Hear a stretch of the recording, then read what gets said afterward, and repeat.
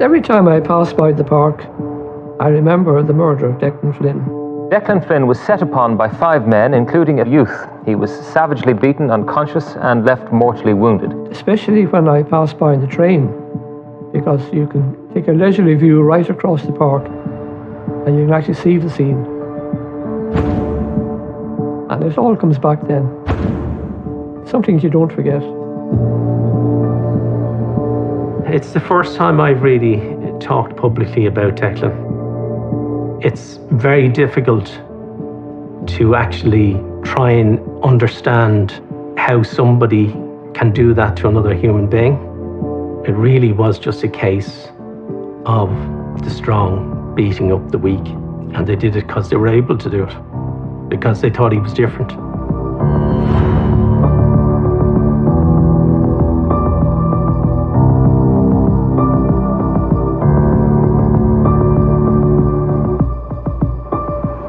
I was at home 5:15 in the morning on Friday the 10th and received a phone call. All I was told was I had to go into Fairview Park where there had been an assault. I left home and I went into Technical Bureau in Phoenix Park where I collected my equipment and also met up with the Garda photographer. Well, I arrived at 6:40 and the scene had been cordoned off and being preserved. Edwin Hancock is a retired detective inspector from Ireland's Police Service and Garda Síochána. I was attached to the ballistics section and we specialise in explosives, firearms and scenes of crime examination. September 10th, 1982. The badly beaten body of 31-year-old Declan Flynn was found in Fairview Park, Dublin. Gardaí today searched the park for clues that would lead them to the man's attackers. They say 2 people walking through the park found him at 1:30 this morning near the bandstand, not far from the main road. He was suffering from serious head injuries and died before he reached hospital. Declan was killed just a few hundred yards across the road from where we are now. The scene was actually in a grass area which came right up to the footpath along the main road. He'd be about 30 to 40 feet away from escaping. Yes, it's a very rough sketch that I drew when I was examining the scene. It shows the fence along by the children's park. There were 3 areas of blood on the grass. The first area measured about 2 inches diameter, and a foot from that there was a long piece of blood, about 1 foot 4 inches long, tapering from 2 inches up to 6 inches. And I took possession of 3 sticks altogether. That was an indication there were at least 3 people involved. So it was a vicious attack. I mean, those sticks that were used were quite heavy. I weighed the sticks and I compared them to the official police truncheon that we were all issued with as policemen. But its weight was only 13 ounces, whereas all the sticks that were used were considerably heavier than that. They were formidable weapons.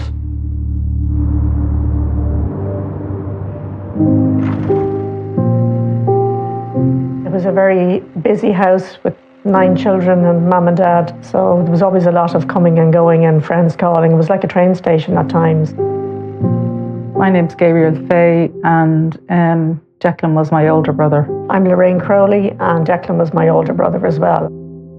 I do have very happy memories of Declan Christmas time. That was his absolute favourite time of the year, and he was very, very generous. He may come home with a set of Delf and hand them to Mammy. He always came home with bags. Our first child was born in April 1982. To say that he absolutely loved Stephen, the baby, was an understatement. Stephen was 5 months old when Declan was murdered. Yeah. My name is Paul Flynn and I'm Declan Flynn's brother. The way he fit into our house was he was a caring person, but also a person that needed a lot of care as well. He had a stammer, and as he grew older, we realised that he had learning difficulties. The more kind of excited he got, or the more nervous he got, the more he stammered. So it was something that really he struggled with all his life. He was also left-handed. He was actually beaten by the teachers for using his left hand. he would have definitely had challenges when it comes to making new friends, and would have been painfully shy, I think, when meeting people for the first time.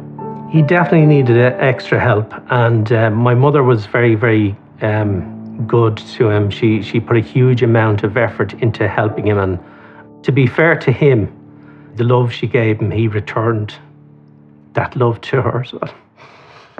Sorry. Sorry.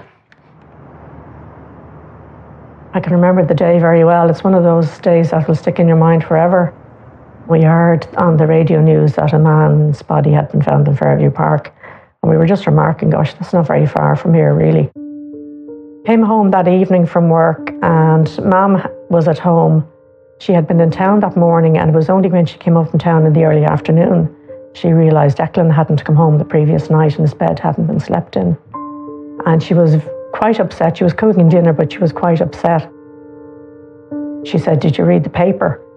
And she handed me the Evening Herald, and I read the description of the man whose body had been found in Fairview Park. And my heart sank because it sounded just like Declan. And the only thing I didn't know was, they said the man had green eyes. I didn't know Declan had green eyes.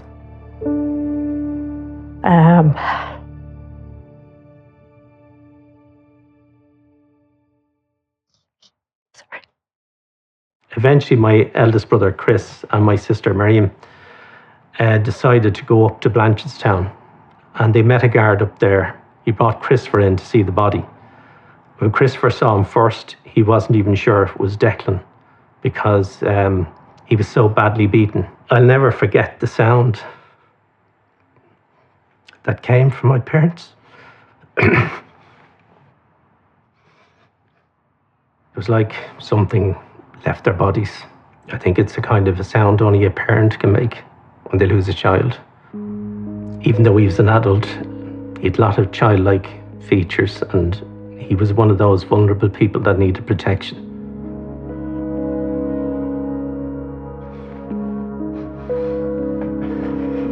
Sorry.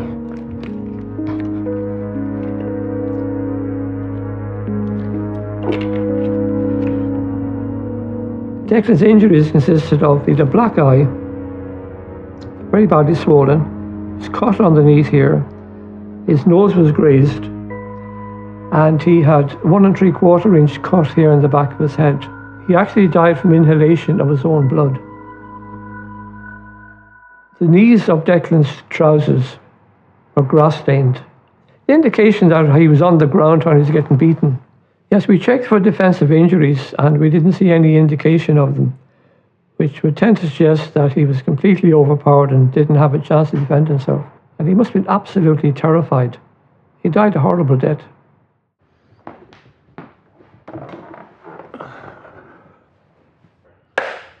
Hi, I'm Tony Walsh, and for the last 30 years I've curated what's now known as the Irish Queer Archive, which was transferred to state ownership in 2008.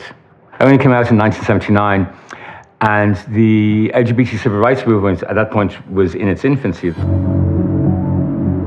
a 19-year-old, I was quite naive and actually blind to the dangers that lurked around, and there were many. Dublin was dirt poor, economically, socially depressed. That was also aggravating the significant heroin crisis. And I had a revelatory moment when I discovered the Hirschfeld Centre. I was hooked the minute I walked in there. Dublin's second attempt at an LGBT community centre was only 6 months old. There were very few social spaces available to us. All forms of intimacy between men was criminalised. Technically, you get 2 years for holding hands or kissing in public. Yes, of course I knew Declan Flynn. I mean, he was part of what we call the social subcommittee, and that was a group of people that was entrusted with running all of the social events in the Hirschfeld Centre, and Declan ran the coffee bar. He would have been very well known because he was kind of a volunteer in the Hirschfeld Centre, so most people would have had some interaction with him when they came out. To me, he seemed like an extraordinarily shy, quiet man. And I think he liked the coffee bar in particular because it gave him a chance to speak to other people without feeling too vulnerable in the conversation. I mean, I knew he was gay because actually we had those conversations and I saw his name on our members book and everything. Declan settled in at the Hirschfeld Centre, but outside, homosexuality remained illegal, and there was little support for a change in the law. The occasion of this unusual protest vigil outside the RTE studios was the appearance of two lesbian nuns on the Late Late Show. The protesters had a statue of the Virgin Mary strapped to the roof of a caravan. When news trickled in of Declan in September 1982, I don't think many of us were that surprised. There was a culture of homophobic violence that simmered on the surface of Irish society throughout the 70s and 80s. There was a litany of what we now consider like anti-gay hate crimes. People being beaten up with impunity and people being murdered. You know, obviously the scene was much smaller, it was much more covert, it was pockmarked by violent homophobia that was, you know, kind of accepted within society. So the killing of Declan Flynn didn't occur in a vacuum. There was a hotel porter in Cork actually killed the night before Declan Flynn was killed in September 82. And there was also around the same time another homophobic killing, Ballymena. But one of the really major kind of events that occurred that year was the killing of Charles Self. Charles Self was a gay man found stabbed to death in his home in Monkstown in January 1982. Just 9 months later, Declan became the fourth gay man to die a violent death that year. David Norris served as an Irish senator across 5 decades. I'm in an unusual position for somebody of my social background. I've known 8 people who were murdered. Now that tells you something about being gay. The first time I encountered Declan Flynn was on the opening night of the Hirschfeld Centre. A group of us, about 4 or 5 of us, came back here and had a glass of champagne to celebrate. And Declan was one of the people who came back. I didn't really know him up till that point, but he came back and he was nice. And we had a photograph was taken. And poor Declan, he looked so innocent and sensitive and vulnerable. And of course he was vulnerable and he paid for it. Poor fellow. Declan was still living at home and continuing to volunteer at the Hirschfeld Centre, but he also had a day job which he enjoyed. He was based in Dublin Airport and he was part of the ground operations in Arinta, and that seemed to be probably the happiest place for him to work. We were a bit worried about him as he'd been bullied in school, so we were worried if he would bond and fit in there. Some of his fellow employees were on a night out, kind of gay spotting for fun, you know, going into the gay bars and whatnot. And they came to Barclay Duns and they saw Declan and they teased him about it. And that stopped him going. And he started going instead to Fairview Park. And that was where he met his end, very sadly. Detectives now began to piece together Declan's last known movements. So the night he was killed was September the 9th, 1982. He'd been in a pub in Donecarney, Belton's pub, with a friend, and had met another friend then just outside the Fairview Grill. And then had crossed into Fairview Park. Fairview Park, at the time, it would have been known to be a place where gay men would have hung out, a lot like in the same way like Burr Quay and Phoenix Park and things like that. So it was kind of known as that kind of place. The only opportunities we had to negotiate desire and intimacy lurked in the shadows. In the early 80s and late 70s, probably most gay men on the scene had gone to a gay cruising area, either a public park or public toilet at some point. Cruising is a very covert activity, so when you're cruising, you're not being deliberately kind of provocative. It's very discreet. There's a kind of dance or kind of walking up and down, making sure that the person that you're interested in knows that you're there without necessarily making your own hand very obvious. When I found out it was Declan who had been killed in Fairview Park, I was very surprised because he's so shy and quiet. I didn't think he had the wherewithal to go cruising. To me, it sounded more likely that he was simply on his way home. Whatever Declan's reasons, few were in any doubt about his attacker's motivation, including police. Yeah, we were aware that gay men had been attacked in the park at night time. It had been going on for at least a couple of months before this. Now Declan's family were forced to ask whether police could have prevented his death. We were later told by a guard he had gone into patrol Fairview Park the night before Declan was killed, and that his officer in charge had told him not to do that, to go off and do something else instead. In September 1982, 31-year-old Declan Flynn was found dead in Fairview Park in Dublin. He had been badly beaten. Police believed it was a homophobic attack, and newspaper reports now focused on Declan's sexuality. We didn't know Declan as a gay person. We just knew him as our brother. That was it. But I mean, obviously, if we'd known, we would have been totally accepting of it because he was our brother and we loved him. It must have been very difficult for Declan Flynn's family to have to engage with the extraordinary level of media interest, putting a backstory to Declan's personality. It definitely felt that Declan was being stigmatised for being gay. There was more attention focused on that than on the thugs that had actually beat him to death. All that attention was very difficult for the family. Following the killing, Detective Inspector Edwin Hancock expected to be involved in a lengthy manhunt, but within hours, 5 males were in custody. The first thing I knew about arrest was on the Sunday when I got a phone call to go into Fitzgibbon Street Garda Station that the suspects were in detention. Robert Armstrong, who was 18, Anthony Marr, 18, Patrick Kavanagh, 18, there was Colm Donovan, who was 17, and then there was a 14-year-old boy who couldn't be named at the time. Detectives were surprised when all 5 suspects quickly confessed to killing Declan. By and large, they all essentially gave an account of what happened. They basically said that one of them sat on the bench almost as some kind of type of bait or something. The rest of them were waiting, I think, behind trees or behind bushes and things like that with sticks as weapons. I went into Fitzgibbon Street on the Sunday afternoon and I met Anthony Marr and Robert Armstrong. They were 2 members of the Defence Forces. Their confessions meant all 5 suspects now faced murder charges and possible life sentences, yet none of them seemed concerned. They were very polite, very cooperative, and they gave no trouble, and they made their statements to the Gardaí present. I also met Dr. Percy Patton, the Garda doctor. He took blood and hair samples from the 2 and gave them to me. I also showed them what I'd gathered from the scene.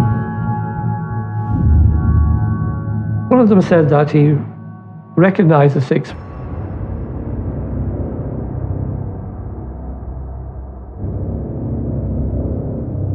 When Declan Flynn passed, they basically jumped out and attacked him. And they beat him really, really brutally with sticks. They kicked him, they beat him on the ground to the point that basically he passed out from concussion, from head injuries, and from bleeding. There, he died.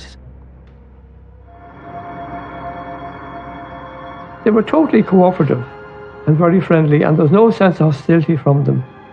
They made statements freely. I didn't get the impression that they were scared. No, not at all. The following statements were included in statements made to the police by the accused, which were subsequently read in court in evidence. The gang was acting as a kind of self-professed vigilante group. They had wanted, quote, to clear our park of what we call queers, unquote. They had been, in their words, queer bashing for about 6 weeks before and had battered 20 steamers. What this gang did to Declan Flynn was part of a sustained campaign against gay people in Fairview Park. I think it's clear that their attitude to the crime they'd committed was that it was a justified activity. A journalist at the time of the Flynn case reported, "One went queer bashing once. Himself and his two mates went out to rob a car, but they couldn't find one, so they decided to go down to Berg Quay and wait for a few queers." The queer bashing, to use the gang's language, they viewed it as a leisure activity. It was something you did with your friends. It was a pleasurable way of spending an evening. It was good fun. In his statement, Maher claimed, "We didn't mean to kill Mr. Flynn. I thought he was gay and in the park to meet other gay people." The second statement there does seem like some attempt to justify the violence that they inflicted on Declan Flynn. They had claimed that they had physically attacked or assaulted 20 men. It was a violent homophobic mission that they were on and had been on for about a month and a half. These were views and values of a homophobic nature that were deeply embedded in Irish life. Did they perhaps feel that this killing of a gay man, that it would be perceived as less serious by the society, including the courts? News of the gang's homophobic vigilante campaign came as no surprise to the gay community, and police knew about it too. Yeah, we were aware that gay men had been attacked in the park, which had been going on for at least a couple of months before this. There were various reports of people being queer bashed in Fairview Park and in Phoenix Park and elsewhere. So there were quite a number of reports that we were hearing about at the time. Indeed, I knew several people myself personally who were bashed on several occasions. I remember a bright summer's day at 10:30 at night outside a bar just off Grafton Street in Dublin, having my head kicked in and my finger broken by three guys who were screaming nasty abuse at me. And the worst thing is, nobody came to my rescue, and I can guarantee, I didn't even bother, I can guarantee if I'd gone down to the police station, they wouldn't have actually taken it seriously. The relationship between the Gardaí and the lesbian gay community was fraught. The police inquiry into the murder of Charles Self had involved the entire gay community and left many feeling their sexuality was under investigation. They feared being outed to their families. Some men were married and their wives obviously didn't know about it. They had children. People at work in their workplaces would feel that their jobs were compromised. At that particular time, homosexuality was illegal in this country. The consequence of all that would be that a lot of crime and incidents were not being reported. So the Gardaí couldn't have known the full extent of what was actually happening in there. Following Declan's death, others came forward to say they too were victims of violence in Fairview Park and claimed their reports were ignored by police, like Sean Purcell, a sub-editor at the Irish Press newspaper. I was pulled to the ground and I was held on the ground by one man lying across my head while two others beat me systematically with sticks. What response did you get to that complaint to the Gardaí? The Garda said he'd keep an eye out while he was patrolling the area. I heard no more about the attack until Declan Flynn was found dying in the park one morning in September. Frustrated at the lack of action by the police, some in the gay community began gathering their own evidence. An activist friend of ours, Eddie, got reports of a gang of thugs up in Fairview Park and spent several months actually shadowing them. You'd made a list of names of all the people and their addresses who were doing the attacks. Had this been given to the police prior to Declan Flynn's murder? Oh yes, about 4 months beforehand. What reaction, or what had the reaction to police? Did you do anything about it? Little or nothing. Like, I think that I got browned off dealing with Clontarf. Anyone that has gone up to Clontarf in the past with complaints have just got a negative response, you know. And it made people very, distrustful of going up there. And at one point, when he insisted on trying to get them to take it seriously, they threatened to arrest him. We were later told by a guard he had gone in to patrol Fairview Park the night before Declan was killed. and that his officer in charge had told him not to do that, to go off and do something else instead. And that's very hard to bear, to know that, you know, something could have been done, but because they didn't obviously consider somebody who was gay or different in some way, obviously wasn't important enough to actually make sure they were safe. That attitude was common right across society in 1980s Ireland. So it meant that Ireland was a really uncomfortable place to come out in. It was an uncomfortable place to grow up as a gay man or a woman, or as a trans man or woman. It was like living under the Taliban. That's what I always feel the late 70s and 80s was, living under the Taliban. David, why do gay people feel they're an oppressed minority? Well, because in certain ways I think we are oppressed. Any group that is defined in terms of sin and of crime cannot feel anything else but oppressed. I was always extremely careful. And I mean, for 30 years, I didn't go into a public lavatory in case there was an agent provocateur down there and I could be arrested. I mean, some police stations were very good, but others were appalling in the record of the way they treated gay people. Inspector Angus Hussey, I am in charge of the National Garda Diversity and Integration Unit. I think definitely the Guards do reflect where society was at a certain period of time. I think we have learned a lot and changed a lot over the decades. I think we're much more open to change now and much more aware of the diverse and minority groups that are out there. I can't comment on the Declan Flynn case as it happened almost 40 years ago. However, I do know that if it happened today, it would be dealt with differently. Today, the investigation into Declan's killing would be dealt with as a hate crime investigation. With 5 men in custody charged with murder, Declan Flynn's family and their supporters felt justice was sure to be done. When people were apprehended for it, we felt this is a chance for justice for the community. And the fact that the people were pleading guilty was another added benefit. In a way, it seemed to remove the police from the process, so there was some confidence that the judicial system would deliver a fair verdict. We really thought that this was cut and dried, that the evidence was there, and that they would be punished for their crime. But just as Ireland's police service reflected the country's values in the 80s, so too did the justice system.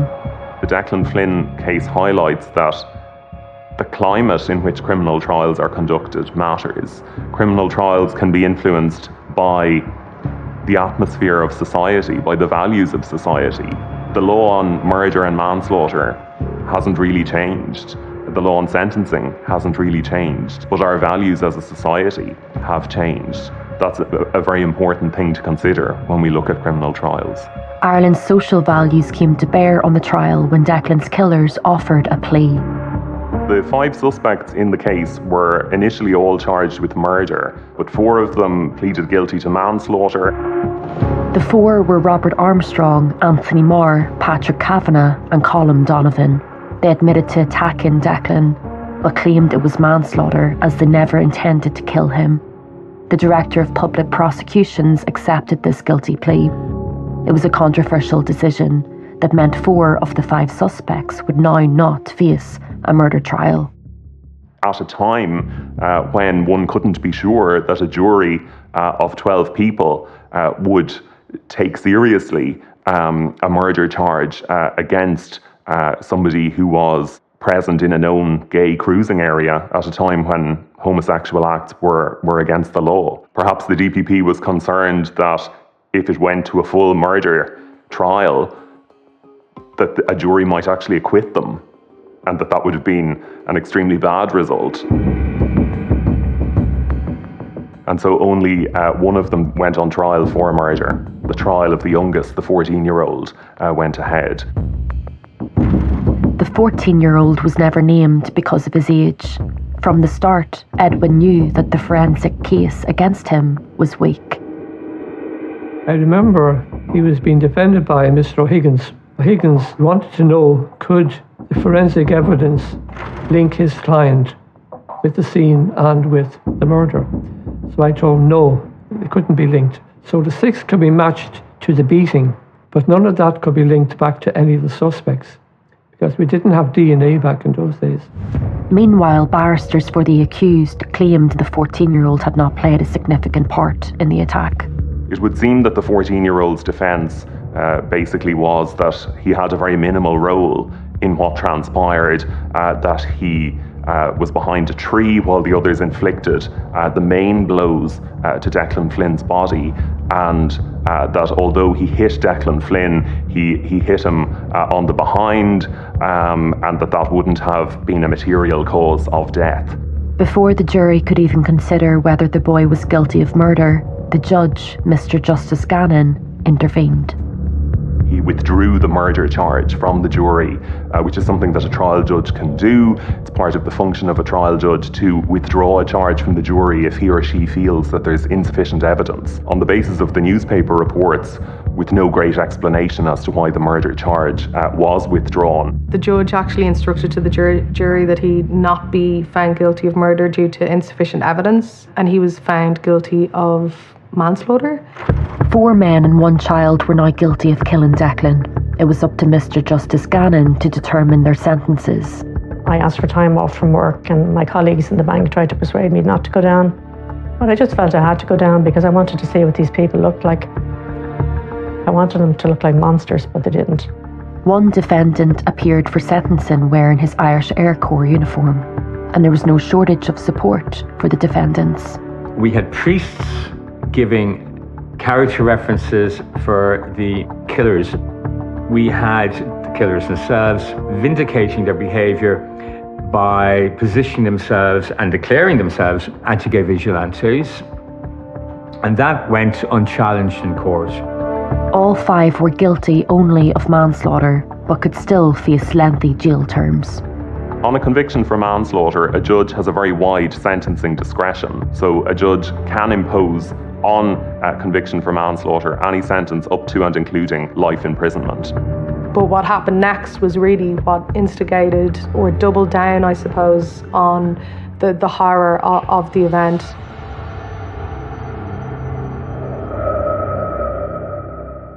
Mr. Justice Gannon, at the sentencing stage, according to the newspapers, made several statements saying, this was an abhorrent crime, that it was one of the saddest and most tragic cases ever to come before the courts. But the Flynn family were shocked when the judge then expressed sympathy for Declan's killers. Justice Gannon said at the time that these people were from good families, that they probably had a low risk of reoffending, that they've learned their lesson. We're all entitled to our prejudices and biases, but we're not entitled to express them through violence.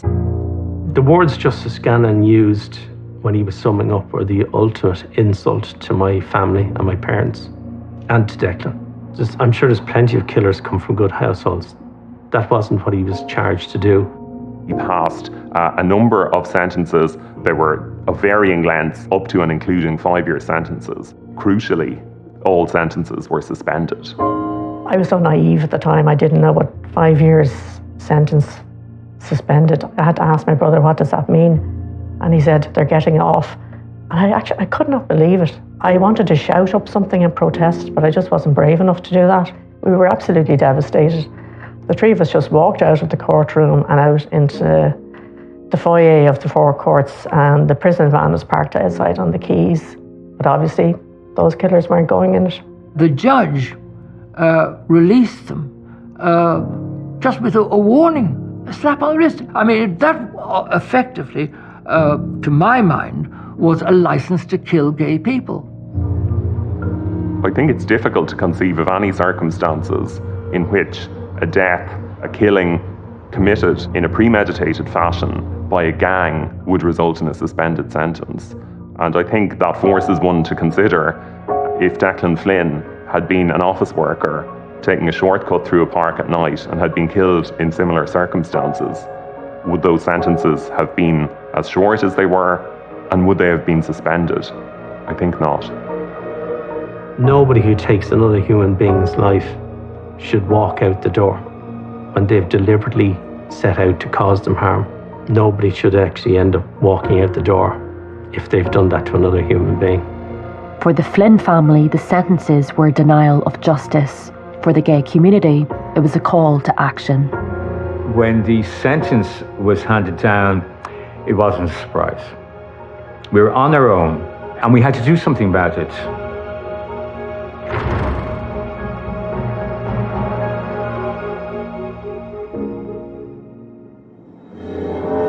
Declan Flynn was set upon by 5 men, including a youth. Yesterday, his 5 assailants were sentenced in the Central Criminal Court, convicted of the manslaughter of Declan Flynn. All of the sentences were suspended by Mr. Justice Gannon. Now, what this means is that if they don't get into trouble with the police during the period of their suspension, they will not serve any detention for depriving Declan Flynn of his life. My mother and father were devastated. All their faith in the state was completely obliterated by the way Declan had been treated. There was no support for the family. There was no ability at that time to appeal the sentencing. There was no victim impact statements.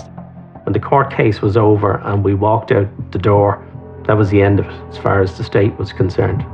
It's important to note that the sentence at the time produced an outcry. There were several debates where Mr. Justice Gannon was criticised in the Dáil. Mary Harney, at the time a Fianna Fáil TD, said that the Minister for Justice should seek his resignation. When handing down suspended sentences, Mr. Justice Gannon expressed his view that Declan's killers were unlikely to offend again. In the case of Robert Armstrong, he was wrong. One of those who was convicted of the manslaughter of Declan Flynn and given a suspended sentence went on to commit a very serious criminal offence when he raped a pregnant woman and was subsequently sentenced to 10 years for that offence. I think that raises immediate questions about whether the sentences in the Flynn case were appropriate, and in particular whether it was appropriate for Mr. Justice Gannon to say, as he did, that the accused all came from good families and that it was very unlikely that they would reoffend. The judge was criticised by politicians, he was criticised in the media, of course he was criticised within the gay community as well, about the leniency of this sentence. Perhaps if Armstrong had been jailed for the killing, would that woman have suffered that trauma? You know, one wonders what was really at play if this judge, who was apparently very fastidious, very detail-focused, who was not adverse to handing out custodial sentence for incredibly minor crimes. I mean, he handed out a custodial sentence shortly after this trial for someone stealing a handbag. I think it's worth reflecting on the fact that he was born in 1918. He was in his mid-60s sitting as a judge in the 1980s. He was the product of a very different time and presumably would have brought those values and that life experience to his time on the bench. Police too came under criticism and were instructed to conduct an inquiry into why nothing had been done to stop the attacks in Fairview Park. The Garda inquiry consisted of my eldest brother and my father being called down to Fitzgibbon Street Garda station and being interviewed by a guard who had his gun visible on display and being asked what journalists they had been talking to. They had no interest in finding out why nothing was done in Fairview Park to stop the beatings. Meanwhile, in the killers' community, celebrations were held to mark the outcome of their trials and welcome them home. Declan Flynn's killers had been let out, and we'd had reports that they'd worked up some celebratory bonfires and had some tinnies, one outrage after another. I mean, it's extraordinary offensive behaviour.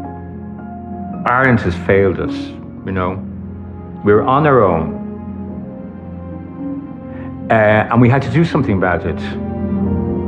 The outcome of the trial is really what instigated what happened next, which is, you know, people call it the Irish Stonewall. People call it a catalyst moment for the gay communities demanding their rights. There had been a lot of anger expressed, and we were conscious to try and temper that because we didn't want to provoke a reaction from the local community.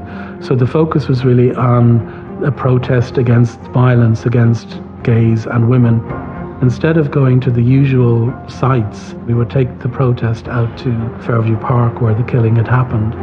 There had been a victory march by the perpetrators who had been released, and the community had supported them. So this was a way of kind of saying to the community that that's not acceptable. It was about us trying to reclaim the streets, where we didn't feel welcome and we knew that we had no protection, we had no statutory protection. And then we were going up to the site where he was killed. Being out in the street, advocating and making noise, didn't really feel that different. What made it special was the scale of it. It was the first time that we were joined by our straight allies, student union groups, radical left-field political parties, civil liberty groups. And that was really important. It was really necessary for us.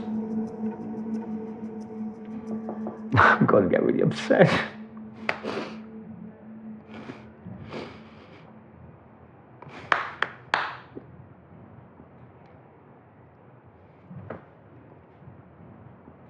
It was really necessary for us to feel that level of support from people. Because after the court case, we just felt alone. And I remember us walking up from Liberty Hall, walking up Amiens Street to North Strand. I just remember walking up that street just so angry and also fearful that somebody was going to lob a rock at me. But there was no violence.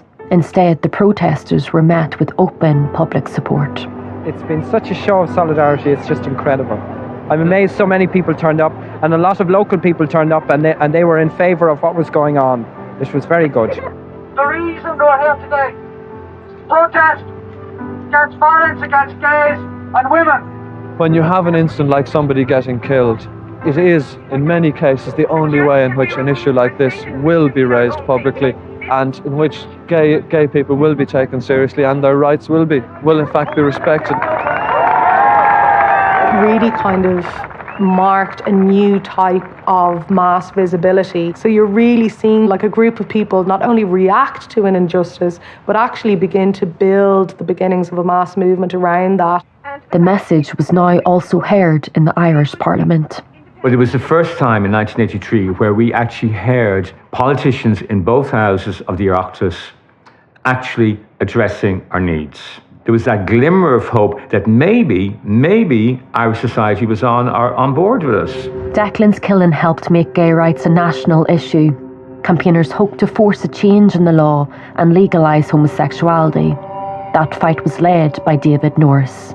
We had to clear away the discriminatory, homophobic legislation before we could get down to reinforcing it with strong, positive legislation for gay people. And my case was that the British Imperial Statute, which had never been discussed, was an infringement of my right to privacy. I couched the letters in the language that I thought would appeal to them. For example, to Fianna Fáil, I said, you call yourselves a Republican Party. How can you possibly support a British Imperial Statute? David Norris brought his challenge to the Constitution all the way to Ireland's most powerful court. On the 22nd of April, the Supreme Court gave its verdict on David Norris's constitutional action. By a 3-2 majority, it upheld the existing law. After today, it can be said that the Irish Constitution does not protect the fundamental human rights of its own citizens. But he and his supporters did not give up. They brought their fight to the European Court of Human Rights, and in 1988, they finally won. The judgment in Senator Norris's favour was given by 8 votes to 6, with the Irish member of the court, Mr. Justice Brian Walsh, among those dissenting. The ruling made clear Ireland's criminalisation of homosexuality was in breach of the European Convention on Human Rights. We have on our panel, you know the rules of the soapbox, we listen uninterrupted. And for some back home, it sparked outrage. It's not normal for a man to be preoccupied with another man's back passage.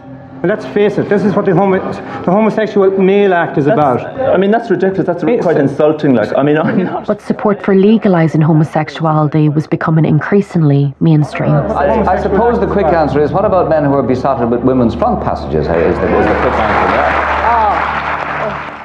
The debate raged for 5 years, until in 1993, over a decade after Declan's killing, homosexuality was finally legalised. Today's European Court decision is the end of a 14-year battle for Senator David Norris. We were told early on that it would be a difficult and long fight, but we'd win out in the end. And that's exactly what happened. I went from being a criminal one day to not being a criminal. Coming from a time when you could legitimately be refused service in a shop, in the hotel, whatever. Your boyfriend or girlfriend could be refused hospital visiting rights when their partner is dying of AIDS and denied any form of family status. It was really, really important that we'd actually moved to this new place. 2018 marked the 25th anniversary of decriminalisation. Irish Prime Minister Leo Varadkar, himself a gay man, made an official apology to all who had suffered under Ireland's anti-gay legislation. The bench where Declan Flynn was killed at Fairview Park was covered with flowers and notes. And we think of him today on this anniversary and the very different Ireland that we now live in. The government also hosted a state reception in Dublin Castle to mark the anniversary. I was in Dublin Castle, and it was the first positive thing that had happened since Declan's killing. Since decriminalisation in 1993, this country has chosen more and more to love rather than to hate. It was marking the change that had taken place in Irish society. And to that extent, I think it was a very positive thing.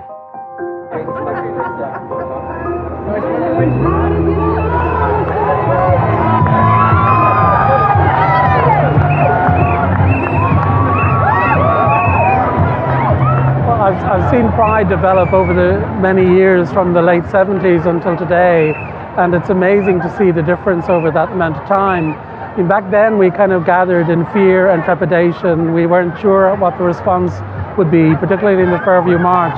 Today we come here in celebration. We're acknowledging all the achievements we've had over the many years. So while we've much to celebrate today, there retains an element of protest. Protest is definitely on the agenda still for the Pride parades. We've seen some shocking examples recently of gay men being brutalised and murdered in Ireland.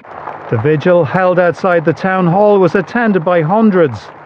It was within walking distance of where both Aidan Moffat and Michael Snee had lived. But one of the salient differences between the place we find ourselves in today and the time that Declan Flynn and Charles Self were murdered was that it's no longer acceptable. It's no longer acceptable amongst the mainstream of Irish society, and it's very definitely not accepted by statutory Ireland. We are afforded a level of protection that did not exist, that was unimaginable in the 1980s. I think it's extraordinarily noble what people did at that time to be so visible in the face of violence. And I think that for the people who were organised that march, who showed up, it was dangerous and people still did it. As a community, we kind of owe everything to people who created those building blocks at the time, because much harder then than it is now.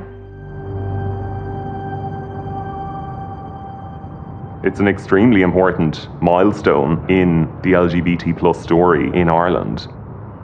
As a gay person myself, I often think if I'd been born 2 decades earlier, might that have been me? Might that have been one of my friends? It's strange to think that he's become this figure for the gay community now. It's understandable, but at the end of the day, he's not just a headline from a newspaper, or he's not just somebody that maybe represents that particular point in history. I think Declan would have been very happy with all the changes in society nowadays and the freedom people have. But because he was such a reserved, quiet person, I don't think he would have liked all this attention. You know, he's become an icon. As far as we're concerned, he was our much loved brother that we lost in horrific circumstances. And we'd like him back. I would like people to remember that he was our brother, and he was a warm, giving human being. We need to keep ownership of that, because we're still mourning the fact that he's no longer with us.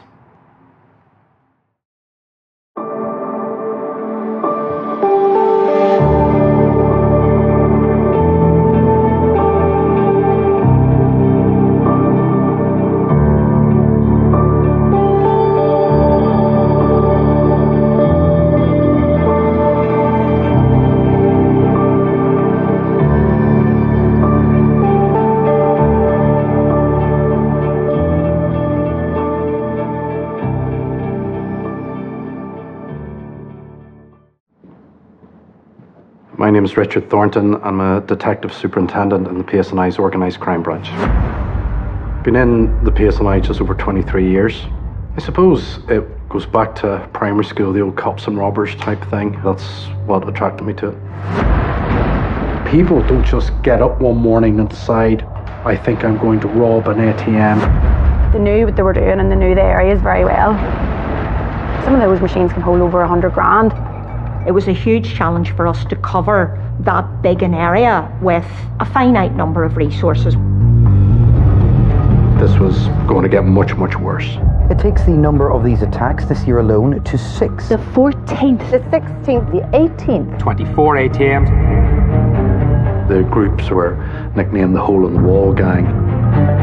It is at the investigators' peril that they underestimate the capabilities of OCGs. The police were very heavily into saying it's not just a police effort to catch these sort of gangs and these criminals, that people needed to be vigilant and be alert as well. There's been another ram raid on the robbery which happened in the early hours of this morning.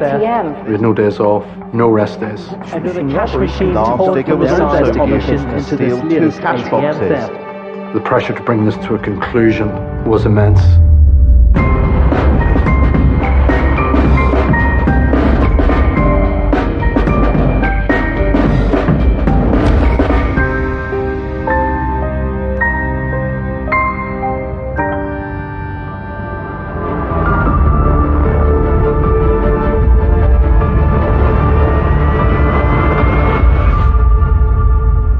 "4:30 a.m.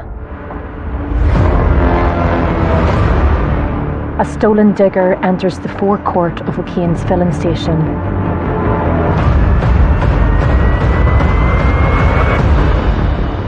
Followed by a van of masked men.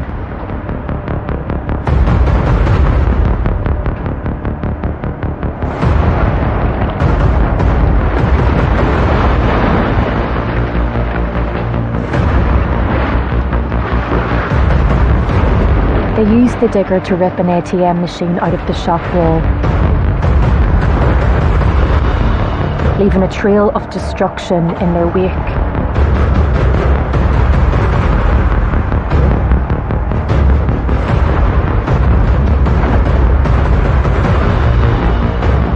The ATM is loaded onto another vehicle and driven off. The attack takes just 4 minutes. It is the 6th attack of its kind in Northern Ireland in just over 3 months.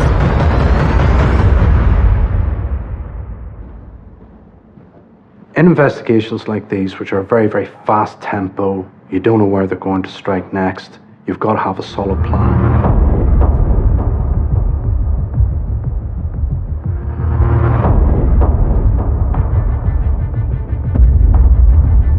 In October 2018, I came into work when there was a report of an ATM attack. A digger had been used to literally rip the ATM machine out of the shop wall itself, using a digger which had been stolen from a nearby building site.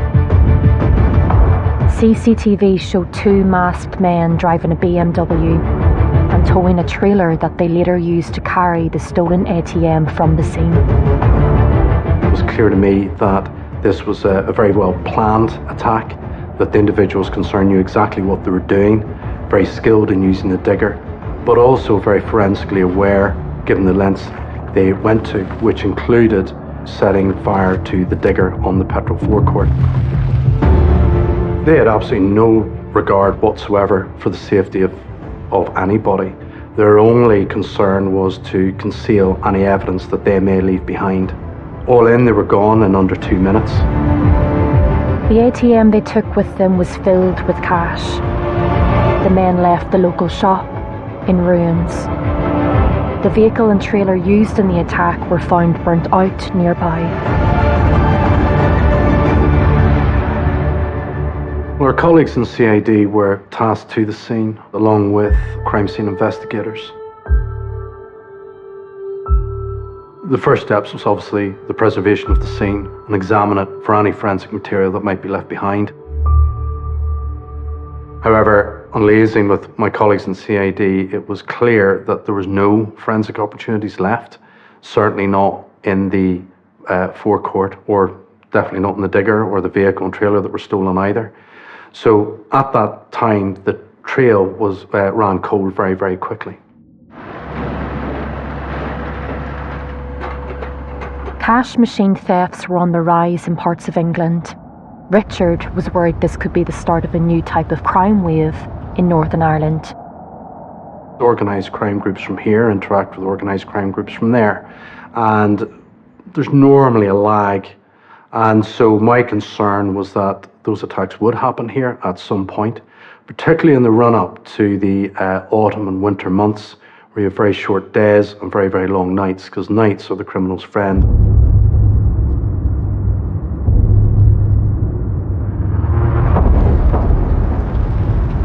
I came into work and there had been a second attack. The exact same, a digger used in a rural area in County Tyrone. The attack in Fintona was a carbon copy of the attack 5 weeks earlier. A stolen digger burnt out on a garage forecourt, a local business seriously damaged, the ATM casing transported away and broken into in a remote area. 15 days later. This was just after 4 o'clock this morning. A stolen digger rammed into the side of the spa in Killyclougher. Thieves had attempted to tear the cash machine from the side of the shop, but residents were quick to react. The digger was set on fire after the incident. Police believe it was stolen from a nearby building site. The attackers may have failed in their attempt to remove the cash machine, but concern in the community is still high. This was a pattern now starting to emerge, and one that concerned me as to where it would actually end. We were in the middle of winter and we still had a long way to go to when the night started to shorten. Journalist Niamh Campbell covered the stories of the attacks and their aftermaths.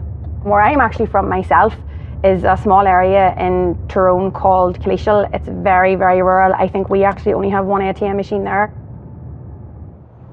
In terms of the sophistication and scale and frequency of that 2018-2019 spree, I don't think anything like that has ever come under my nose before. It's funny because it wasn't actually sophisticated in that they were just ramming a digger into the ATM machine, but all of the plan that goes into it, all of the recon, around the area beforehand, they knew what they were doing and they knew the areas very well. It caused a massive flurry everywhere, and I think a lot of those rural areas felt forgotten, and they thought, the police aren't really helping at the minute, so what if we get hit next? Those communities that had already been hit were feeling the effects. People assume that ATM heists, where there's nobody around, it's a victimless crime, but it's not. It has all, like any crime, it always has wider consequences.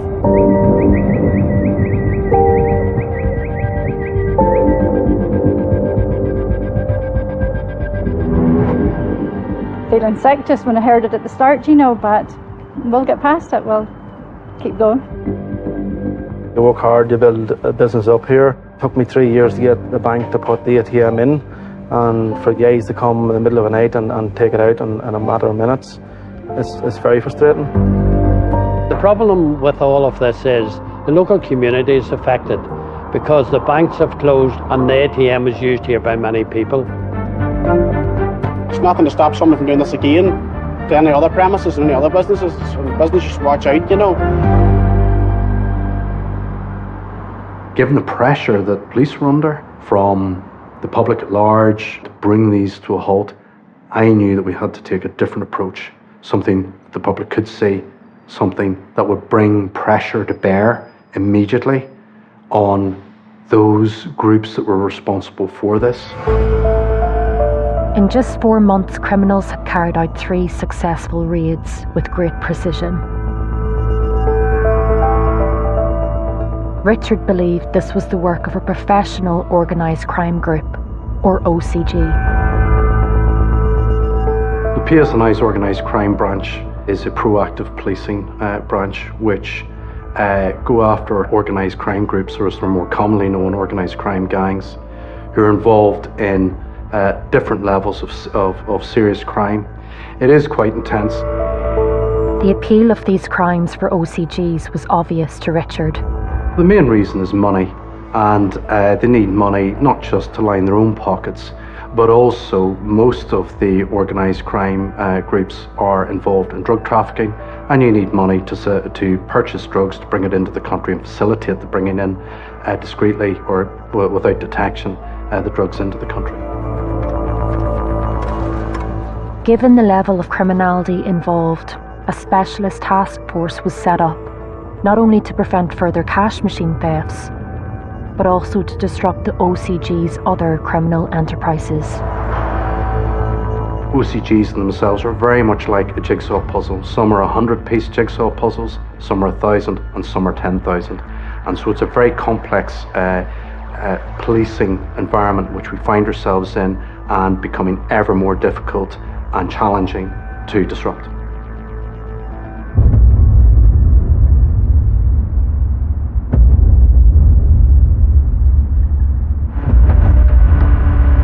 A fourth attack happened, this time in Antrim, where a double ATM machine was stolen.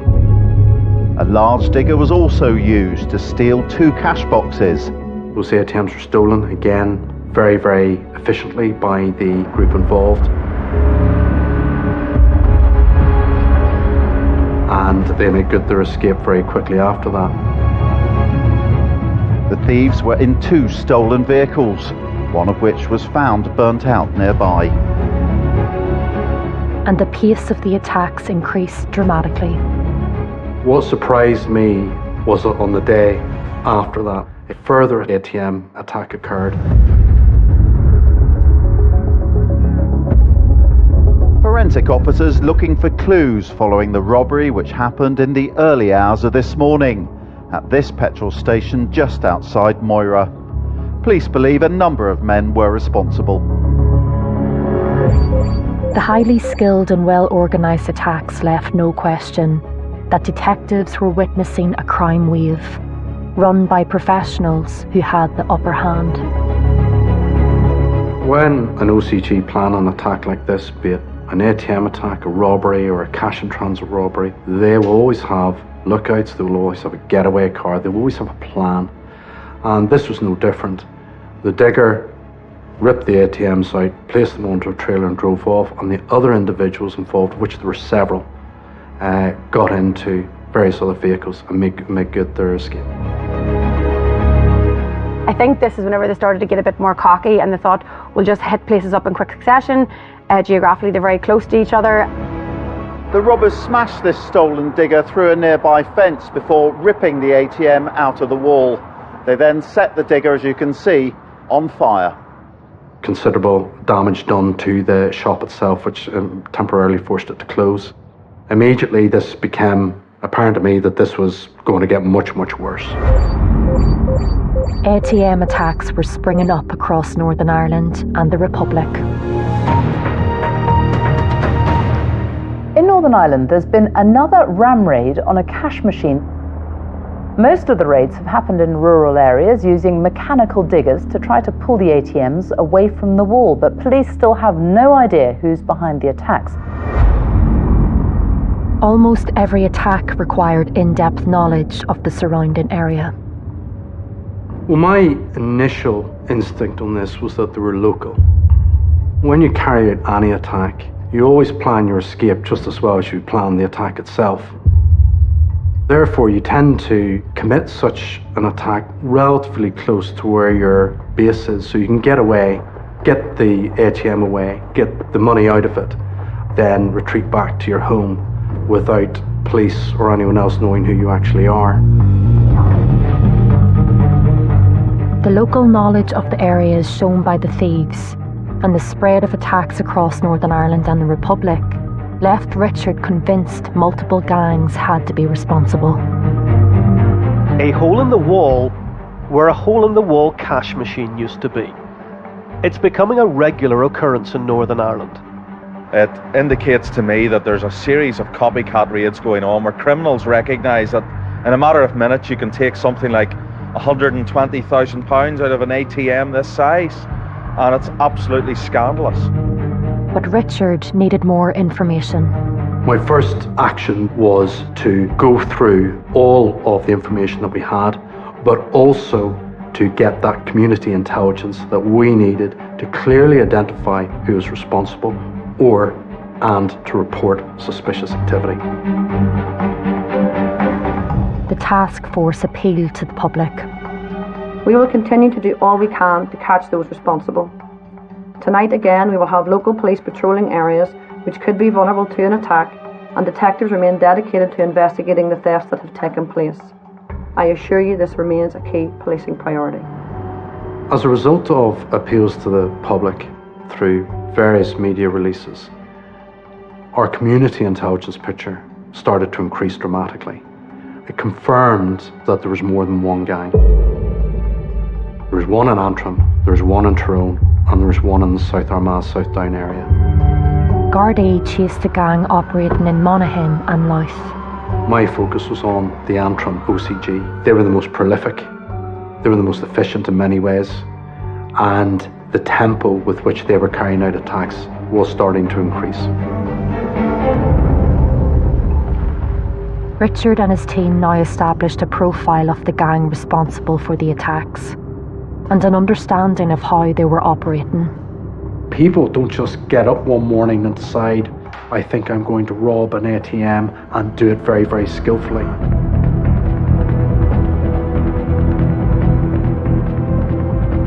That requires the group to covertly reconnoitre the area that they're going to attack, look for their escape routes.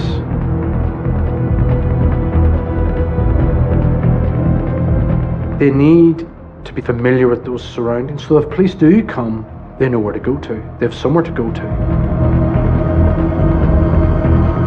The further they go away, the greater the risk of getting caught. They also have to know when the best time to attack it is, because when you attack an ATM, you want to know that there's money in it.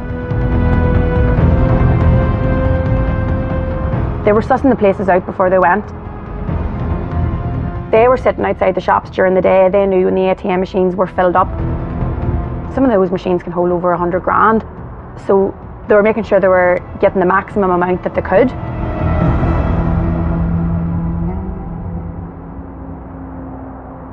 After it's been successfully reconnoitred and they've agreed on a time when they're going to attack it, they'll have a scout car out in front, making sure that there's no vehicle checkpoints, that there's nothing that may obstruct their way. The digger either stolen at the time, in the minutes before the attack, or pre-stolen and brought to the area. They have to get it away to an area where they feel safe to harvest the ATM. And harvesting the ATM requires the use of angle grinders, crowbars, sledgehammers. It's not an easy task to do. It's something that's going to take up to a couple of hours to do. They need to have the confidence that they can do that without being observed or overheard. They then have an amount of cash that they have to realise. That again is another strand. And they have to think about all of that before they actually commit the offence itself. So it's very prolonged. It is at the investigators' peril that they underestimate the capabilities and abilities of OCGs to carry out their criminality. This is why it is important to get into the way they think, what makes them tick. Because it's only when you understand them and how they plan and plot things, then that increases your chances of actually arresting them, charging them, and convicting them.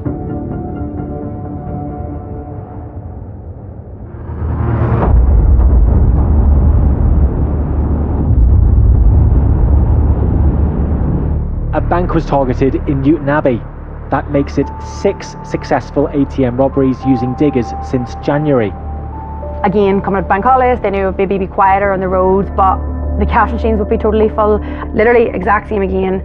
Digger, 3 o'clock in the morning, and the vehicle that was used to lift the ATM machine and get away was burnt out straight after too. It just felt so repetitive. It was the same thing over and over again. You nearly thought, is this actually definitely a new one?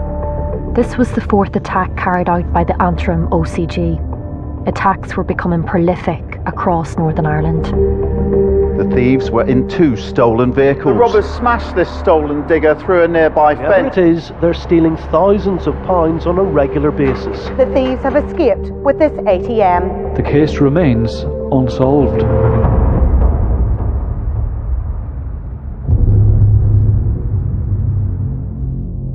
Thieves have used a digger to rip an ATM from the side of a shop in Hull. Thieves took this digger from a nearby building site before ripping the cash machine from the wall of the Nisa store. They set the vehicle on fire before making off with the ATM. A lot of damage caused. CMMO, another rural village ripped of a very precious service. They made their escape in very, very efficient form, but it gave us that little bit extra information. As the thefts increased, Richard knew he had to find a way of getting ahead of the Antrim OCG. If he could identify the gang's potential targets, he could catch them red-handed. Richard needed to give himself an advantage and reached out to retailers and to the banks themselves. My name is Simon Hutchinson. I chair the Northern Ireland Interbank Security Group.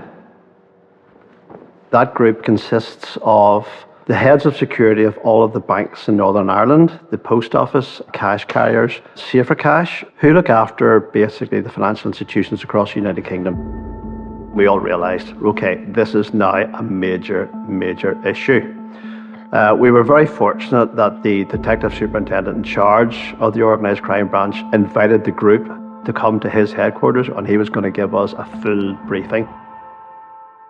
We were able then to tell that group, those teams, where every single ATM was in Northern Ireland, the description of the ATM, photographs, serial numbers, what mitigation technology-wise we had in place in each of those ATMs.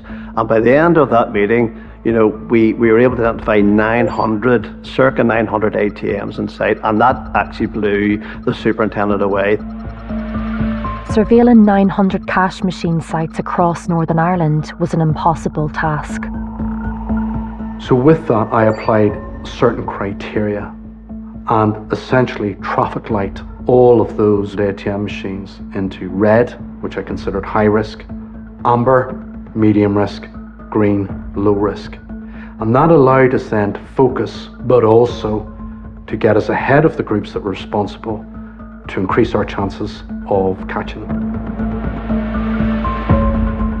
That strategy had to complement the ATMs that we had mapped, because I had to make use of the uniform resources that we had available to us to give them clear focus, but also to trip the OCGs up into making a mistake.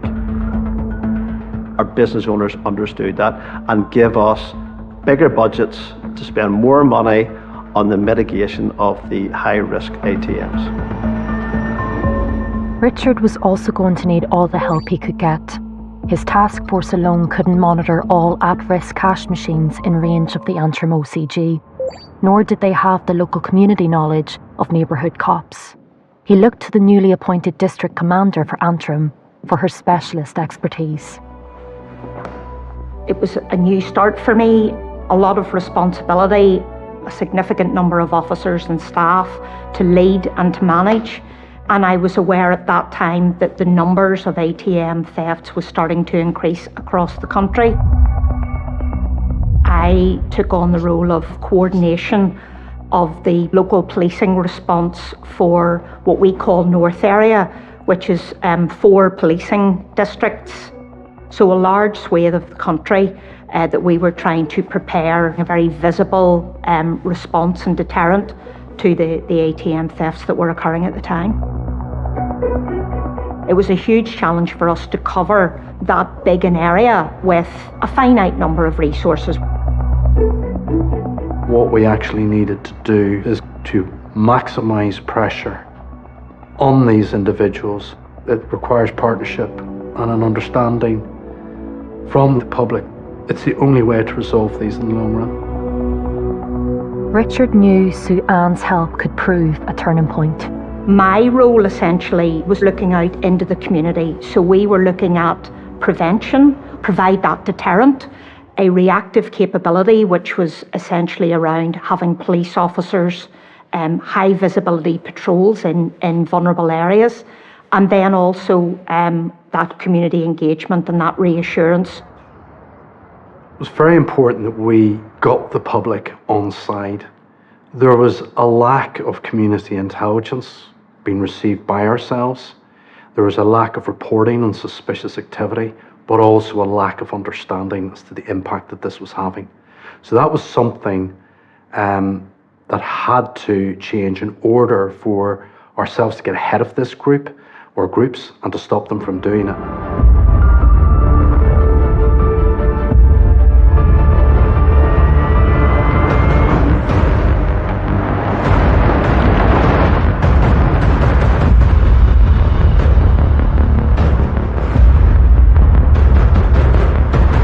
At 3:30 a.m. a stolen digger and tractor make their way to the centre of the village. They stop at an ATM outside 2 coffee shops, rip it from the wall, and load it onto a getaway vehicle.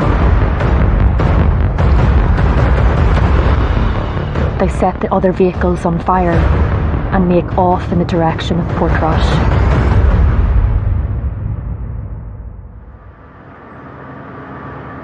Just hours earlier, Market Square was ablaze after the digger and tractor used to steal the cash machine were set alight by thieves.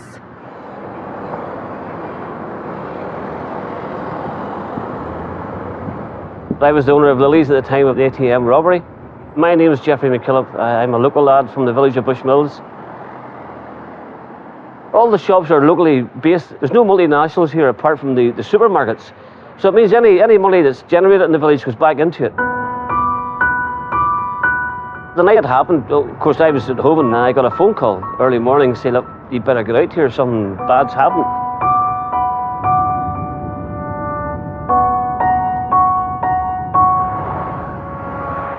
And whenever I got here, the whole diamond was sealed off. It was like something from a movie, you know. Police cars everywhere. In the background you could see this massive hole in the wall. Just couldn't believe it. Well, the ATM was in the corner, you see here, but they ripped the whole wall out to get it. They had stolen a digger from a local outdoor pursuit centre, and then they stole the tractor from a local farmer. They placed the ATM on the back of a flat-back lorry, and they headed out of the village towards Portrush, passed in Lewis Castle, turned down left, but the ATM machine bounced off the back of the lorry onto the side of the road. After all the destruction and all the mayhem they caused to the village, they still walked away empty-handed. I think it's just disbelief. How would anybody feel they had the right to come in and violate our wee town, you know? And I think it shook them up a fair bit for a few days. And but as communities do and people do, they rally around and they get together and they get their head down and get on with it, you know. But still always in the back of their mind, you know, that it happened. Despite the police's best efforts, it seemed as though the Antrim OCG were always one step ahead. As we moved into April 2019, myself and my team had been working constantly since we took on the operation in mid-February. No rest days. We had no days off. The shortest day we had was 12 hours, in most cases 16 to 20 hours. Every time there was another ATM theft, that pressure mounted. There's no doubt about that. For me, the challenge as well was that this couldn't be our only focus. That whilst this was a priority and it was a critical incident for the organisation, and rightly so, we also had to deal with other types of crime that were happening. The tempo quickly picked up during the course of April. We had multiple gang sprees right across Northern Ireland.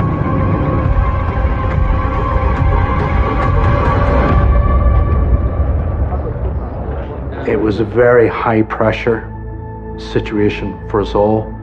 Tiredness was creeping in.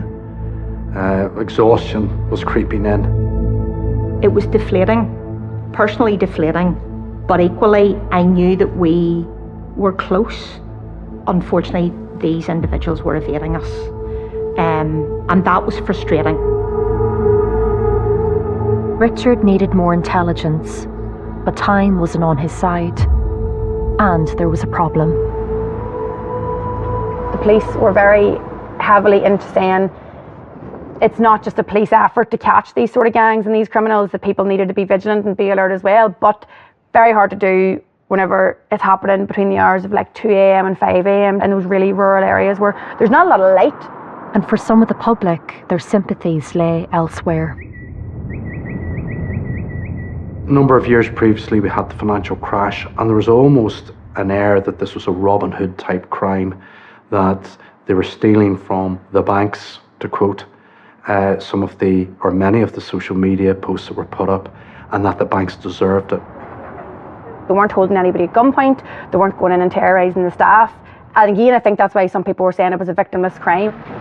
I think some people thought at the beginning, whoever's doing this is smart in a way, because a lot of people don't really like banks to begin with anyway. The damage to the buildings once the diggers gone into it was huge. Large gaping holes, to the point where certainly amongst social media, the groups responsible were nicknamed the Hole in the Wall Gang. I had a media strategy to highlight the impact that this was having on local community, but also that those responsible weren't there to get their own back on the banks, but it was there to line their own pockets and to further their own criminal enterprises. For the Antrim OCG, the risk of being caught was outweighed by the potential reward. Richard wanted to change that and turned to the bank's security to take a proactive approach in limiting the OCG's success.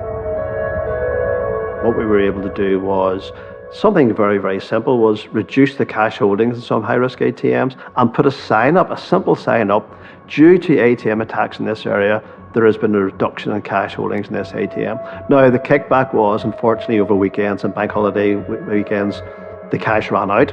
But the signage actually was quite important, and we got feedback from the public to say, you know something, that's probably the simplest, cheapest mitigation, security mitigation you have, because they will take notice.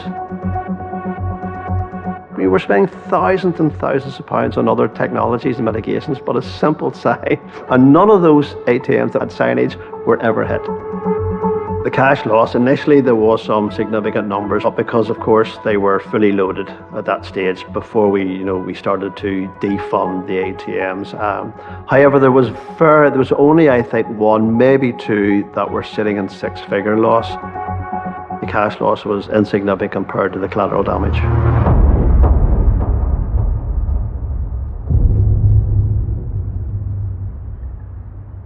The pressure to bring this to a conclusion, despite us being 6-7 weeks into it, was immense, and something that we had to make a breakthrough on one of the gangs at some point.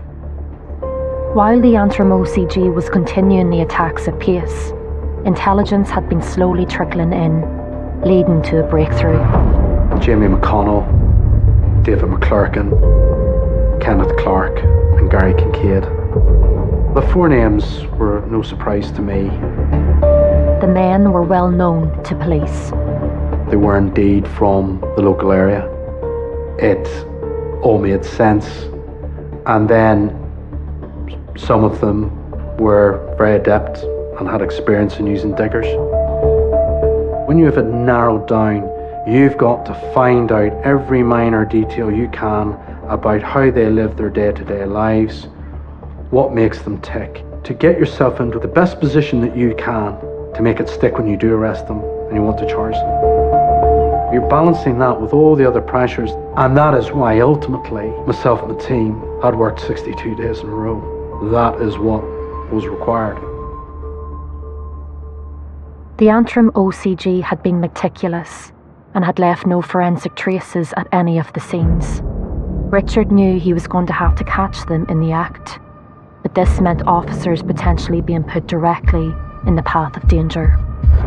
Uniformed officers working extremely long hours at night, often potentially being faced with a very risky scenario if they come across one of these crimes in action, and how they're going to manage that, and how we ensure that it's safely brought to a conclusion.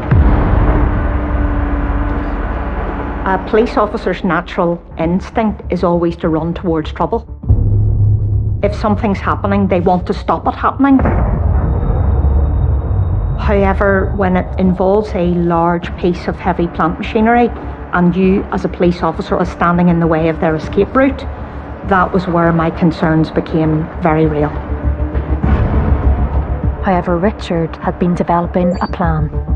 Using the mapping and risk register of ATMs, that allowed me to come up with a very effective plan to focus on hotspots within a certain defined area of where the various gangs lived, so that when an attack happened, I could bring all of our overt resources to bear.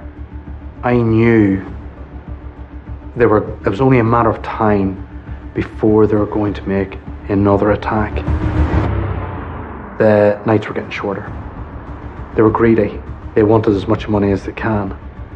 But I knew at some point they had to retreat back into their patch, so to speak, so that they could maximize the number of attacks and get away quickly, because they were definitely feeling the heat. There's no doubt about that.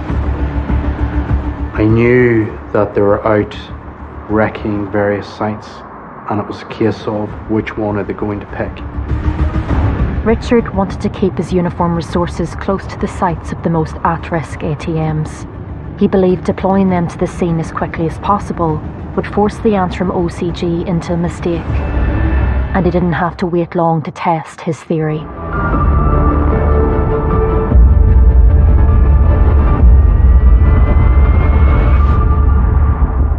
"3 a.m. A pickup drives into the supermarket car park. It stops in front of a double cash machine.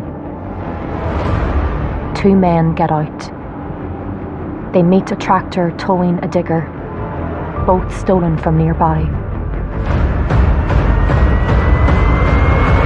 The digger prepped for unloading from the flatbed trailer. One of the men gets into the cab and drives the digger off the trailer, through bollards, towards the cash machines, which are ripped out.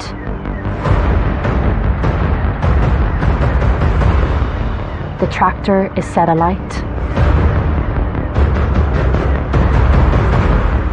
The cash machines loaded onto the pickup, and the gang make their getaway.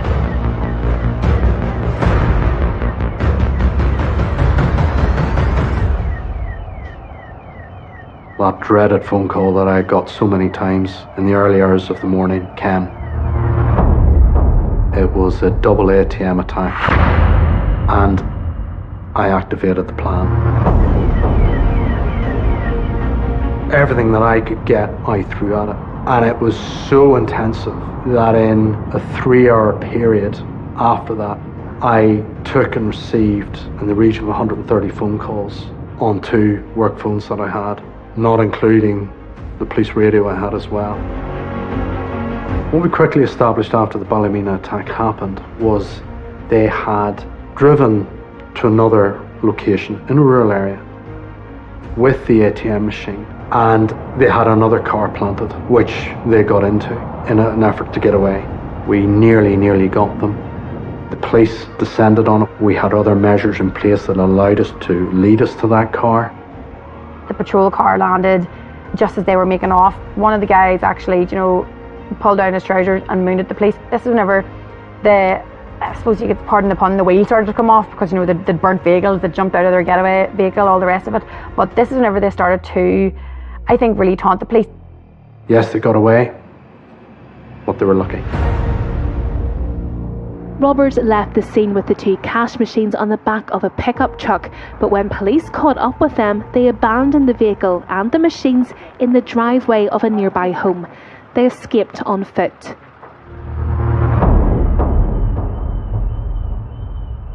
It was the nearest of misses, but given how close they had been, Richard had faith the plan would work. And just 4 days later, he was given another chance.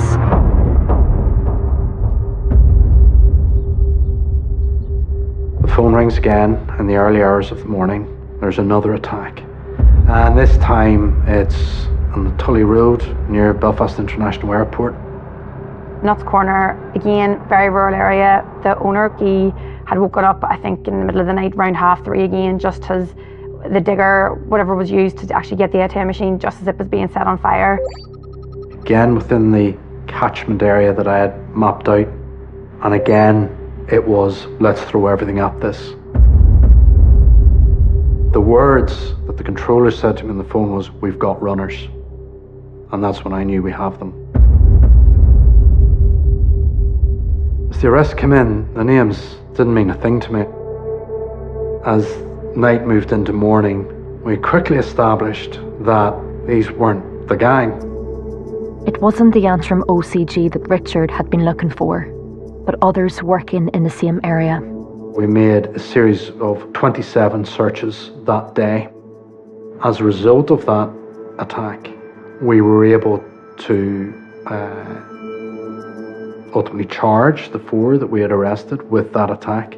And ultimately, what that did do with the arrests that we made on the 30th, that was the end of the digger rip-out attacks that Northern Ireland had experienced.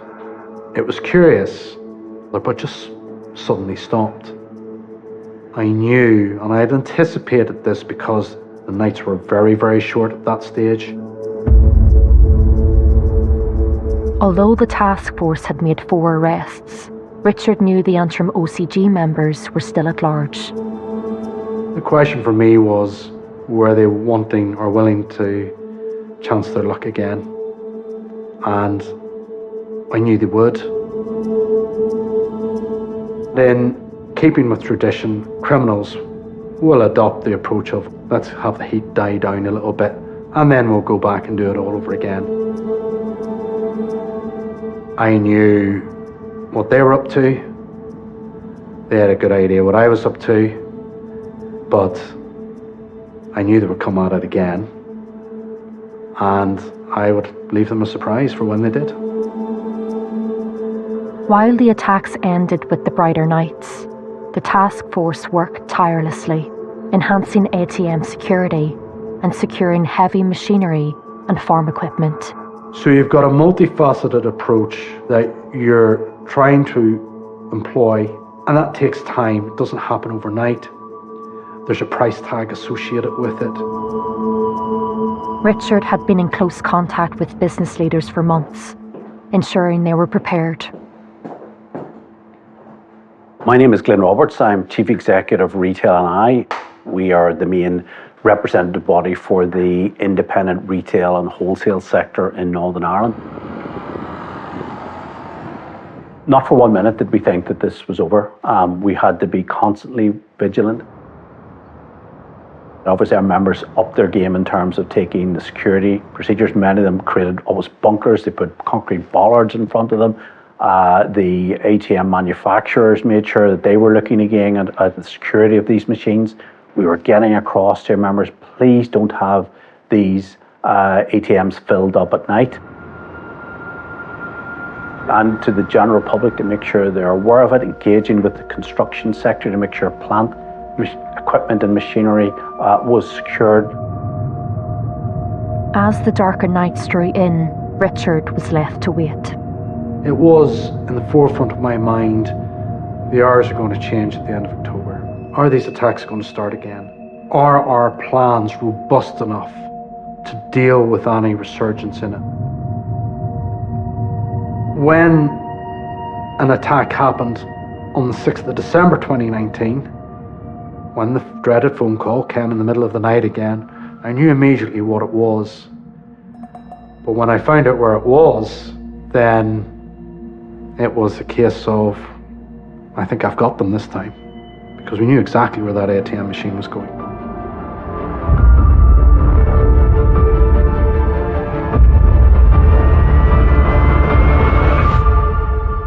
3 a.m., a supermarket is targeted.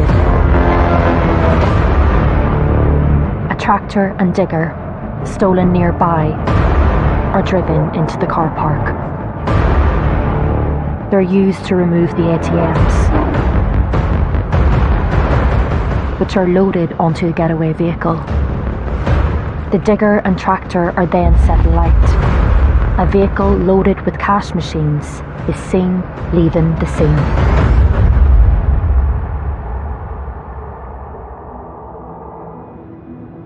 Richard had laid a trap that the OCG were walking straight into.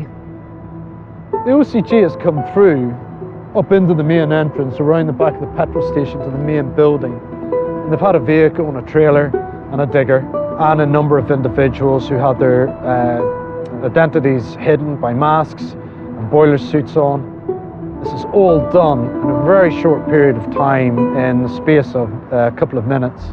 And they've ripped out the ATM machine and made good their escape very effectively, very quickly, out into the countryside. It was a very brazen attack, very close to the local police station. So it was a change of tactic. But Richard's plan was about to go into action. As soon as I get the phone call and I'm told where it was stolen, whilst it always comes as a shock, I was happy because I knew that ATM had a certain measures in it that would allow me to quickly identify where they were taking it to. The extra budget that we were given by our business leads means that we could buy extra equipment which we put on permanent loan to the police. We had security measures which enabled us to be able to follow the location of the ATM. We were able to relay that very quickly to responding officers. So rather than everybody go to where the attack has happened, it's everywhere goes to where the ATM is. We initiated the plan that I had put in place. Basically involved me telling them, send everybody.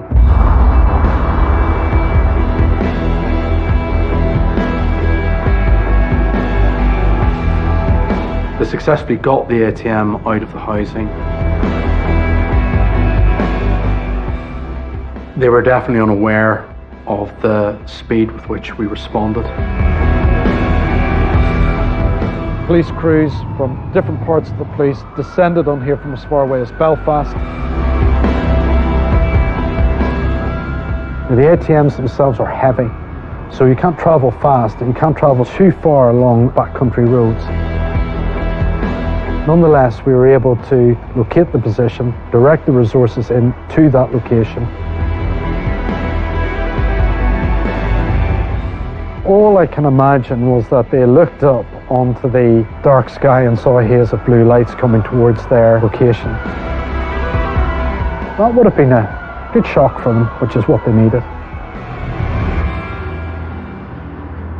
The gang had gotten away, but the police's quick response had forced them into making a mistake. At the location, when police arrived, they find the stolen ATM. A number of discarded items have been left there by those responsible, which allowed us, again, very significant forensic opportunities that we were able to exploit.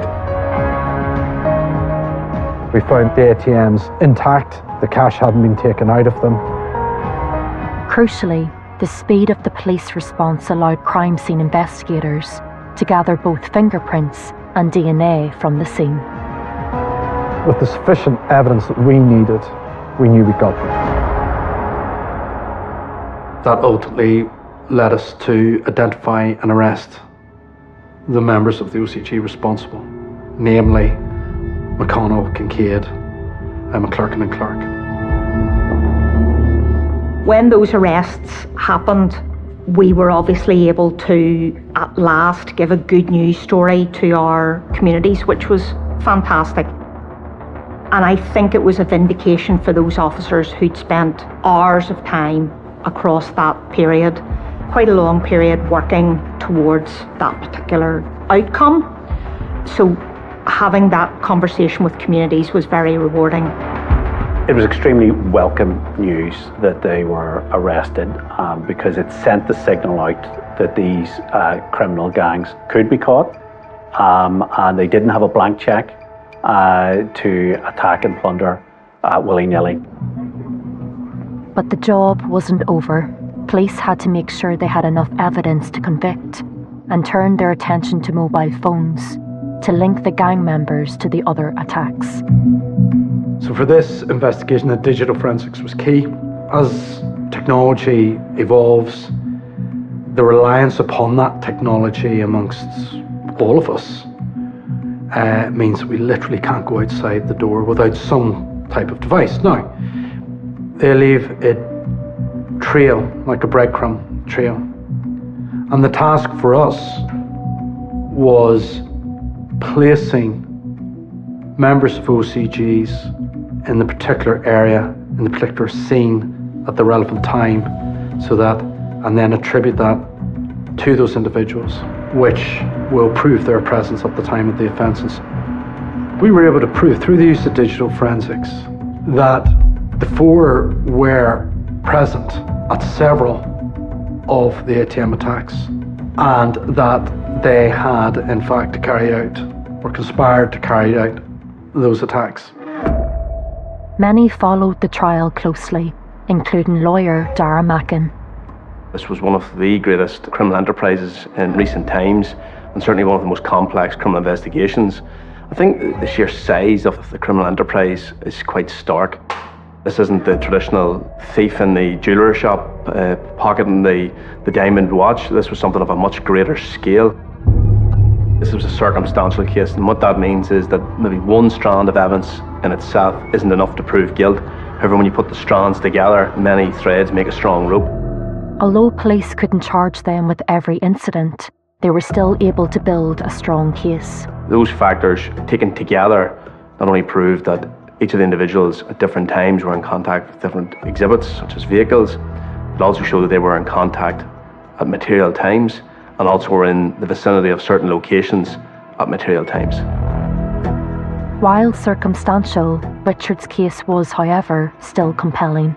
Ultimately, the individuals in this case accepted that they played a role in the offences in question. Now, whilst they didn't accept the totality of the offence, didn't accept being present, they did accept being involved at different levels. Mr. Clark was handed 5 years and 8 months. Mr. McConnell was given a lesser sentence of 3 years and 8 months. Mr. Kincaid was given a sentence of 11 months. And Mr. McClurkin was given a combination order, given the fact that he was charged with a lesser offence than the other two suspects. The sentences were based on the degree of involvement each admitted. Not a lot for the amount that they did, and the fact that the majority of the money, including the criminal damage to all the properties and the diggers stuff, all that, amounted to well over £2 million.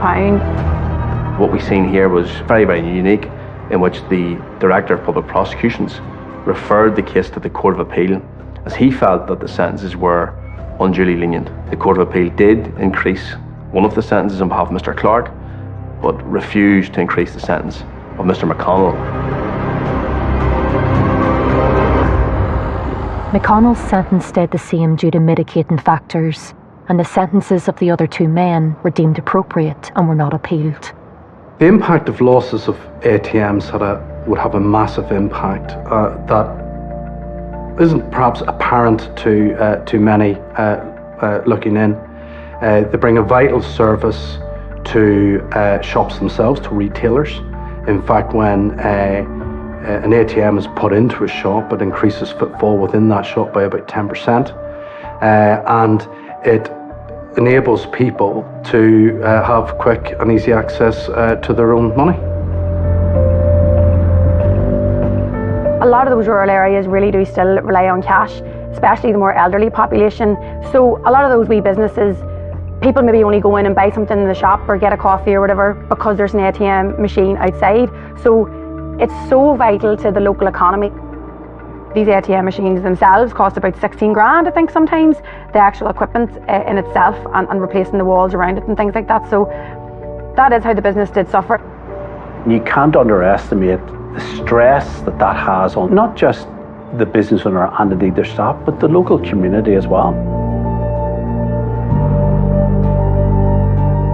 And there's long-lasting effects on local communities.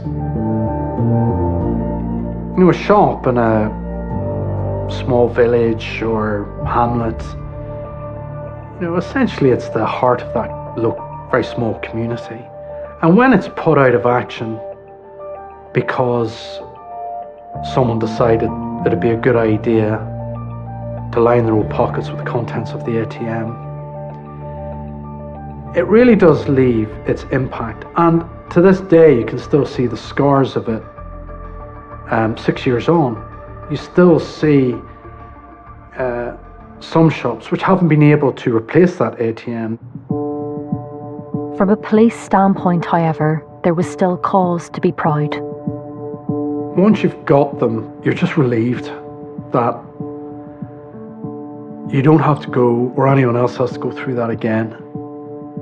You're also relieved that you have, to some extent, nothing's ever foolproof, but to some extent, have future-proofed the ATM estate. And your job ultimately is to catch the bad guys and put them behind bars where they belong. And that was the satisfying part of that. For some, the sentences didn't seem to match the devastation that had been left behind. We would have much preferred that these crime banks got much stronger sentences. I think it was good that they were caught. It was good that they were ultimately before the courts and did get sentenced. But we would have much preferred much stronger sentences to put down the provision that if you do this, you will get caught. I think the whole country was relieved because, again, you're sitting in maybe your town hadn't been hit yet, but it could have been anybody at any time. So, yeah, really, really glad to hear they've been caught. It's just a pity it took so long, but it's the damage they caused until they got there. I think that's the lasting legacy of it. It's extremely difficult to put a figure, but certainly this would be running into millions of pounds worth of damage. It just wasn't the damage that was done to the store. It was the loss of trade. It was the increased insurance premiums. And it was the, if you like, the psychological, emotional damage that was done as well. Sometimes I wonder if they hadn't have gotten so sort of cocky. Like, would they have been caught if they had just kept going the way they were going, very quickly, hitting up smaller places, smaller service stations that were more rural in the middle of nowhere with no CCTV? Would they have been caught? But in the end, it is sort of like a novel or something, that they did their own sort of greed, their own sort of pride, and how untouchable they thought they were. That's what maybe got them in the end. For Richard, the threat posed to local communities by groups like the Antrim OCG remains. Will ATM attacks occur again? Absolutely. We try to keep ahead of OCGs. OCGs try to keep ahead of us. They find a way, and then we have to find another way to counter that. And so the process goes on. We will always be committed to tackling it, to catching those who are involved. And you will be caught. No matter how hard you try, your luck runs out sometime, and we will catch you.